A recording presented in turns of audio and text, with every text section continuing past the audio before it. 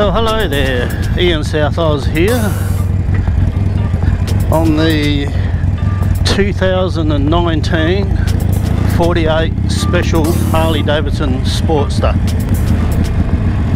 Done just over 300 k's on the bike now, so I thought I'd give you a bit of a review, a short-term review anyway, and after I've had the bike for a while I'll give you a long-term review. Okay,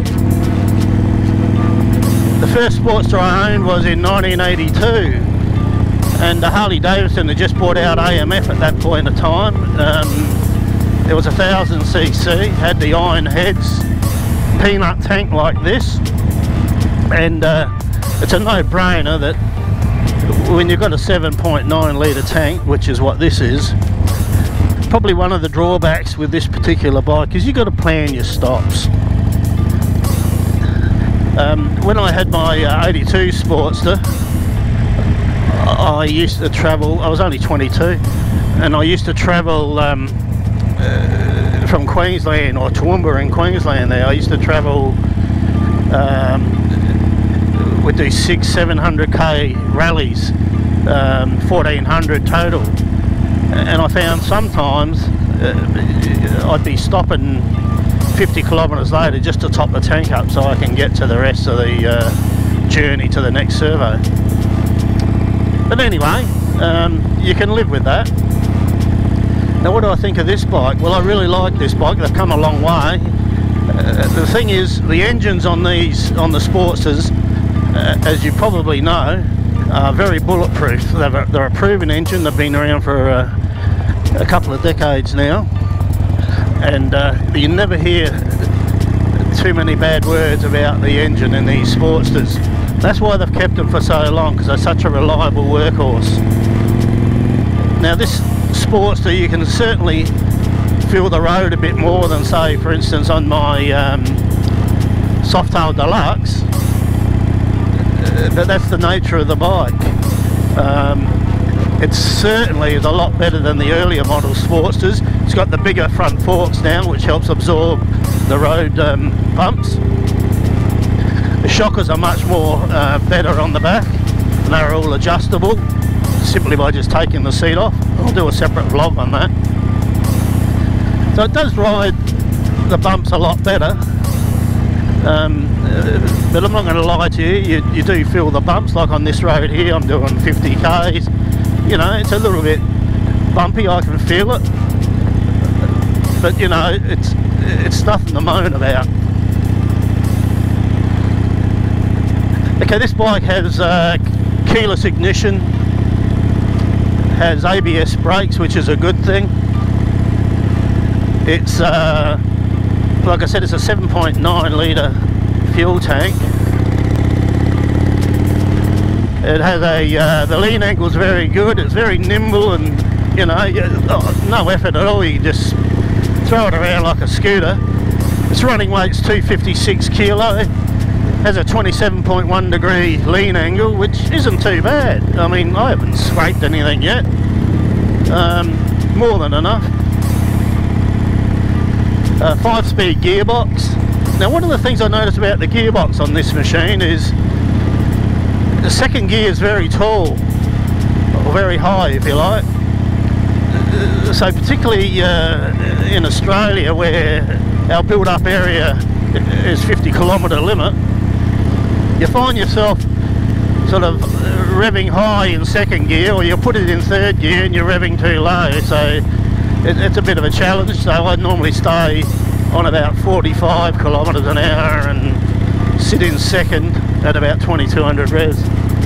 Otherwise she'll drop down to 18, like, you know.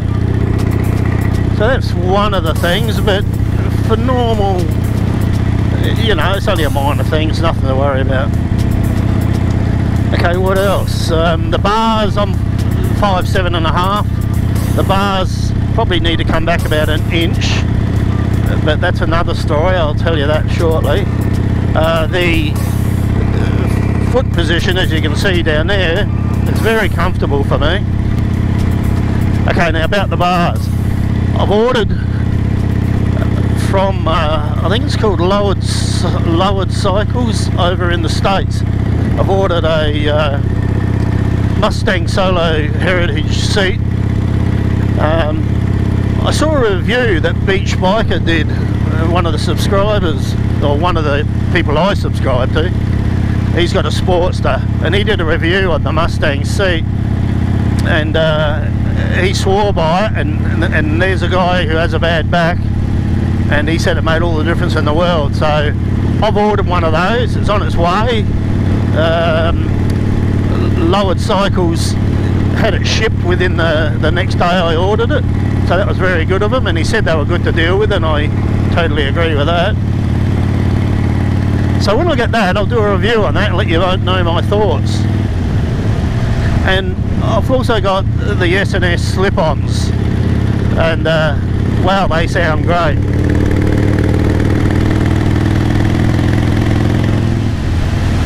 Yeah, so that's all I'm going to do to the bike. I'm not going to touch anything else, well, not at this stage anyway, but I just want to keep it as stock as I can. This bike is back to basics, you know. It's what motorcycling's all about. It's a thrill to ride, and they sound great. You don't need to do much to the mufflers. Oh, I might go down here, Kentish Road. I haven't taken you down here before. You don't need to do much with these to get them to sound good.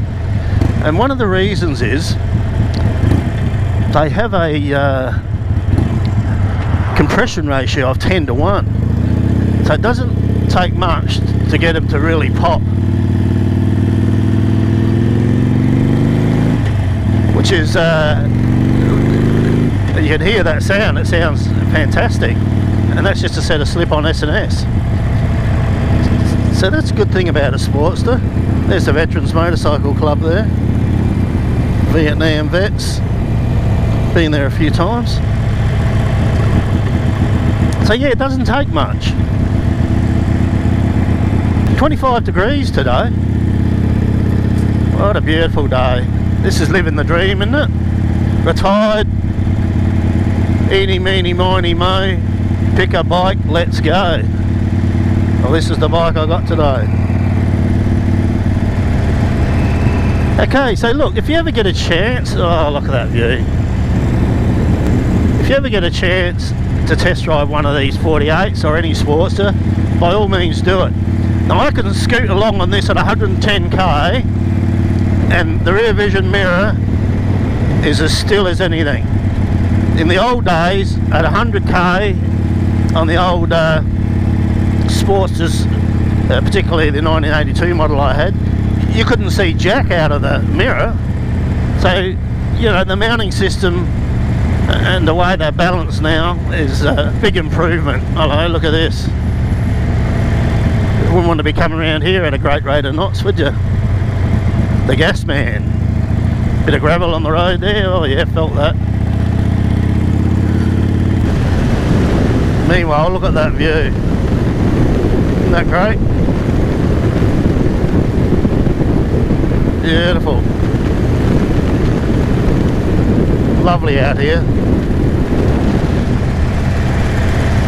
Okay, I'm doing 2000 RPM in top gear at 80. I prefer to sit in 4th. That's 2300, 2400. 2.4 now.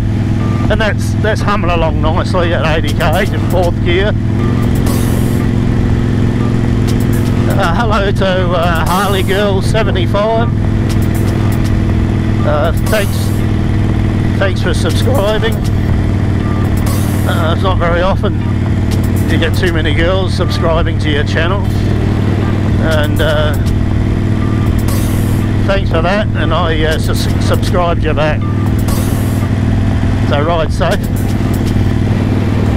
and all good. See that tower there? That's where I fly my drone, down in the valley there. I hide behind that tower so there's no rubberneckers, and I just fly down in that valley there.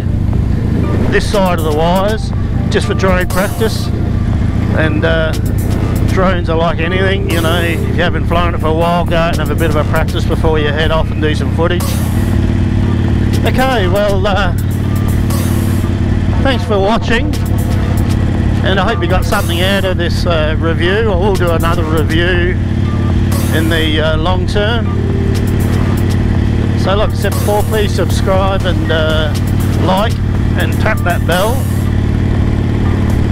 This is Ian South Oz. Until next time, catch you later.